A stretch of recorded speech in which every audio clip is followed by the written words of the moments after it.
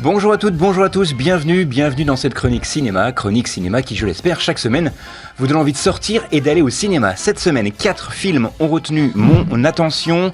Il y a du bon, il y a même du très très bon cette semaine. On va d'ailleurs commencer avec l'un d'entre eux, avec le tout nouveau film de monsieur Stephen Frears, avec notamment son film The Lost King, qui est en fait inspiré d'une histoire incroyable mais vraie, comme le dirait à l'époque Jacques Martin. The Lost King retrace l'extraordinaire aventure de Philippa Langley, qui, passionné d'histoire, a la volonté de faire sur une simple intuition et justement, malgré la compréhension de ses proches, va justement défier le monde universitaire et il va vouloir rétablir la vérité autour de Richard III. Vous le savez, Richard III, l'un des monarques les plus controversés de l'histoire. C'est un film formidable du réalisateur qui avait déjà réalisé il y a quelques années l'excellent film Philomena. Il revient ici avec un tout nouveau film qui est toujours aussi excellent. Ça s'intitule The Lost King. C'est avec notamment Sally Hawkins, Steve Coogan notamment et Harry Lloyd dans les rôles principaux. Je vous rappelle une dernière fois le titre de ce film qui sort cette semaine, The Lost King. Autre film, là c'est un film français complètement barré, d'où peut-être le nom du réalisateur Jonathan Barré, avec notamment l'excellente Laure Calamy que vous pouvez retrouver dans la série 10%. Entre parenthèses, 10% reviendra certainement pour une nouvelle saison et peut-être un épisode au cinéma. Ça reste à confirmer, mais pour l'heure, Laure Calamy est au cinéma avec le film Bonne Conduite. C'est un film avec notamment Chicky Cario également dans les rôles principaux. Alors l'histoire, vous allez peut-être la trouver un petit peu rocambolesque et pour cause, puisque Pauline a une méthode bien à elle pour faire de la prévention routière, puisque c'est son métier. Elle est formatrice dans une sorte de récupération de points le jour et la nuit. Elle se transforme en serial killeuse de chauffards. C'est vraiment à hurler de rire. Ça fait également réfléchir.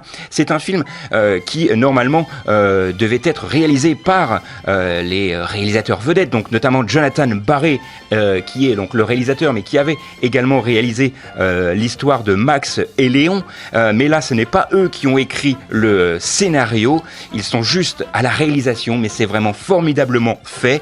C'est très très drôle si vous aimez l'univers, donc justement un petit peu barré de Max et Léon et l'univers barré bien sûr du Palmacho. Vous adorerez ce film Bonne Conduite, avec effectivement des images un petit peu choc, mais c'est pour rire et c'est vraiment formidablement bien fichu.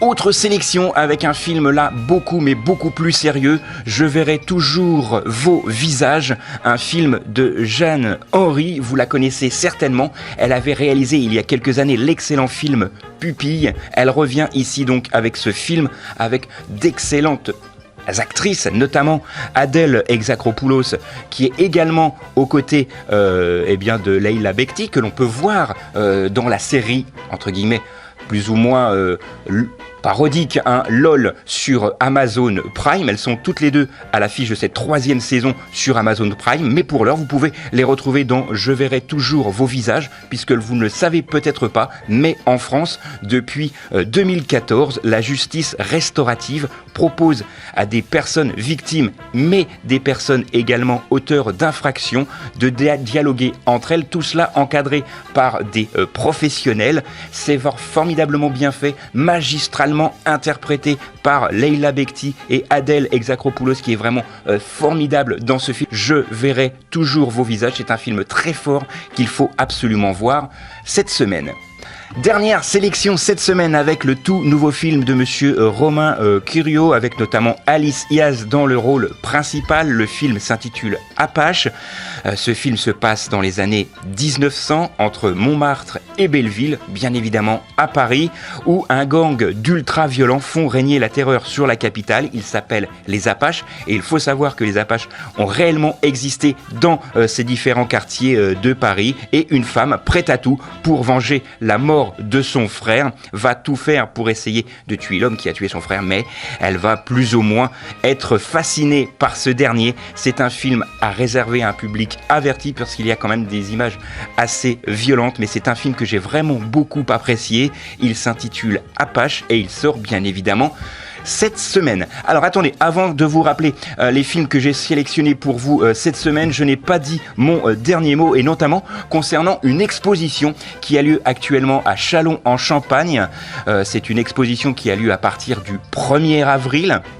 L'exposition sera donc du mercredi au samedi, et c'est une exposition qui est entre guillemets consacrée au dessinateur Cabu, vous savez, qui était lui originaire de Châlons en Champagne, et c'est en fait tous les dessins qu'il a réalisés pendant qu'il était au club Dorothée, donc ça va nous rappeler de très joyeux souvenirs. L'exposition a lieu à la Duducothèque Cabu, donc c'est une exposition qui aura lieu, je vous l'ai dit, à partir du 1er avril à Châlons en Champagne. L'entrée est totalement gratuite, bien évidemment, et c'est une information que je voulais donc vous donner, mais on aura l'occasion bien sûr d'en reparler d'ici là.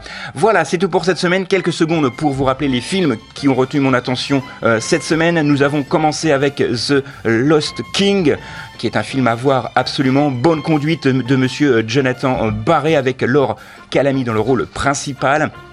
Il y avait également Je verrai toujours vos visages avec Adèle Exarchopoulos et Leila Bekti, et également Élodie Boussez, j'en passe, et des meilleurs, et également Gilles Lelouch et Miu Miu. Ça, je vous l'ai pas dit, et il faut savoir que Jeanne Henry, la réalisatrice, n'est autre que la fille de Miu Miu, et sa maman donc joue dans le film. Et on a terminé donc avec Apache, un excellent film à réserver à un public averti de monsieur Romain Curiot. Voilà, c'est tout pour cette semaine. Nous, on se retrouve la semaine prochaine, même endroit, même heure.